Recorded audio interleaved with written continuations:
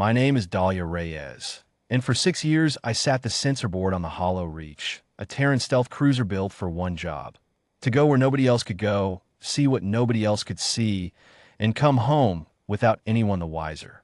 On the night I'm telling you about, we were running the long way back from the Calder Relief Line, cloaked, cold running on a third of main power, carrying 41 colonists. We'd pulled off a dying mining platform. We were not looking for trouble. We were looking for the dark, quiet stretch of nothing between two stars where nothing ever happened. That was the night something happened. It started as 6 soft returns on the passive array, low and warm, moving in a loose, drifting weave that didn't match any drive signature in our library. No exhaust plume, no active radar, just heat and a strange pulsing rhythm underneath it, like a heartbeat smeared across 6 hulls. Captain Alconquerez, no relation, just a coincidence neither of us ever got tired of, leaned over my shoulder and asked if I was reading them right. I told her I was. She told me to keep cloaked and let them come. That was the order that made it a first contact instead of a near miss. We could have run silent and slow and probably slipped past them in the dark. Instead, the captain wanted to know what we were looking at before she decided what to do about it. So we held our drift, throttled down even further, and let 6 unknown hulls close the gap at their own pace. I had 3 hours to study them before they were close enough to matter, and I used every minute of it. Their hulls didn't reflect light the way metal does.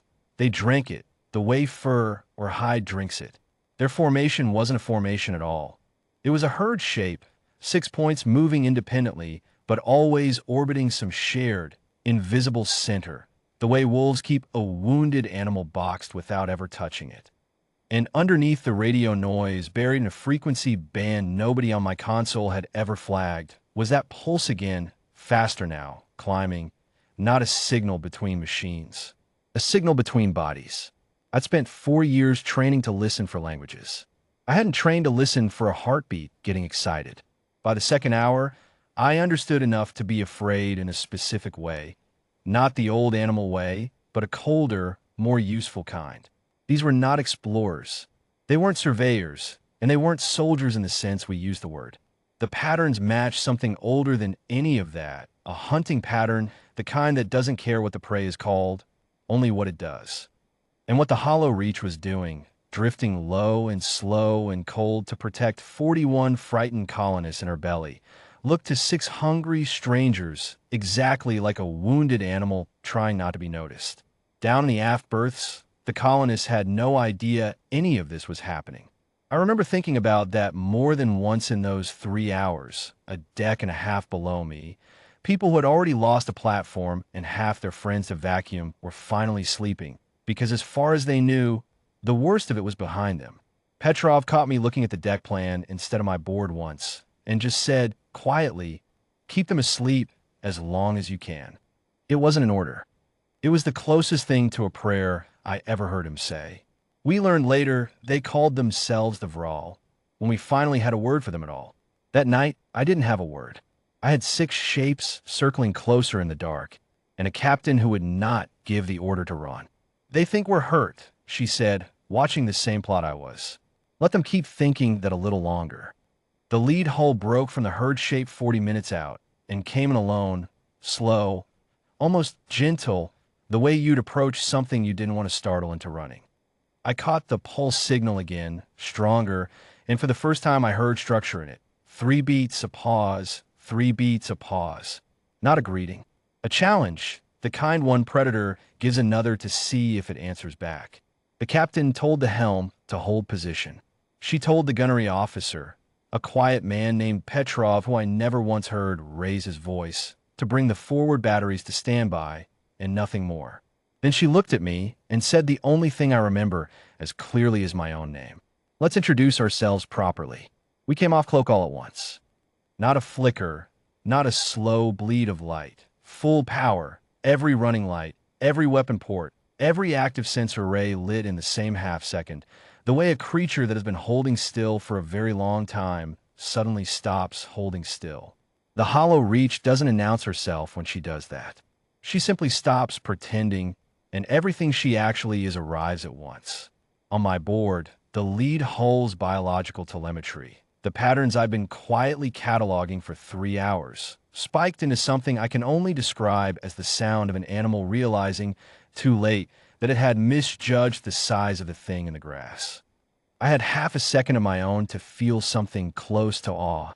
3 hours of watching a predator close in on us. And in the time it took the bridge lights to come up to full, we'd gone from prey to whatever the opposite of prey is. Nobody on that bridge raised their voice. Nobody needed to. It tried to break away. The captain didn't let it run blind into the dark to report back whatever it wanted. Petrov put one disabling shot through its drive section, precise, almost surgical, designed to cripple and not to kill, and the hull went tumbling, lit up and helpless, a wounded thing now itself, right where the rest of the pack could see exactly what had happened to it. For 3 full seconds, nothing else moved. I have never, before or since, watched that much stillness happen that fast. Then the herd shape broke, not in panic, not the way prey scatters. This was something more deliberate, the 5 remaining hulls peeling away from their crippled packmate in a pattern that looked, even to me, like a decision being made and obeyed all at once. They didn't fire. They didn't try to recover the wounded ship.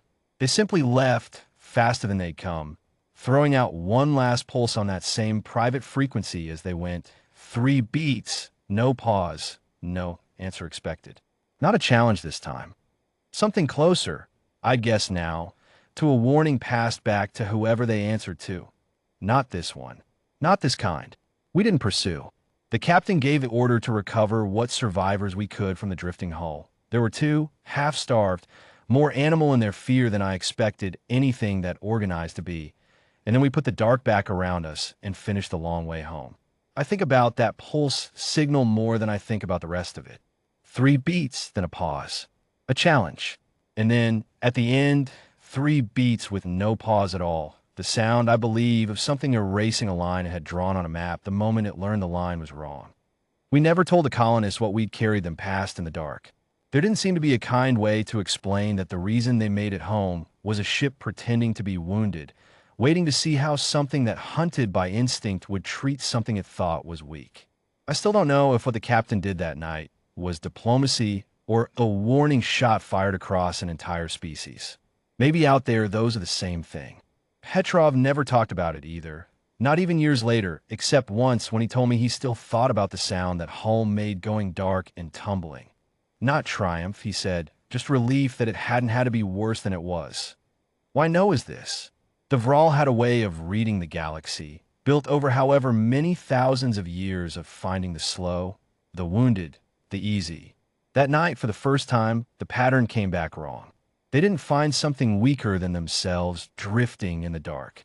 They found something that had simply chosen to look that way and had been waiting, calm and unhurried, for them to get close enough to learn the difference. We never fired again after that one shot. We never had to. Whatever the Vral tell each other in that frequency, I still can't fully translate. I'd bet it isn't a story about a fight. It's a story about a mistake made once and never made again. And somewhere out past the dark we crossed that night, I like to think it's still the only thing they remember about meeting us.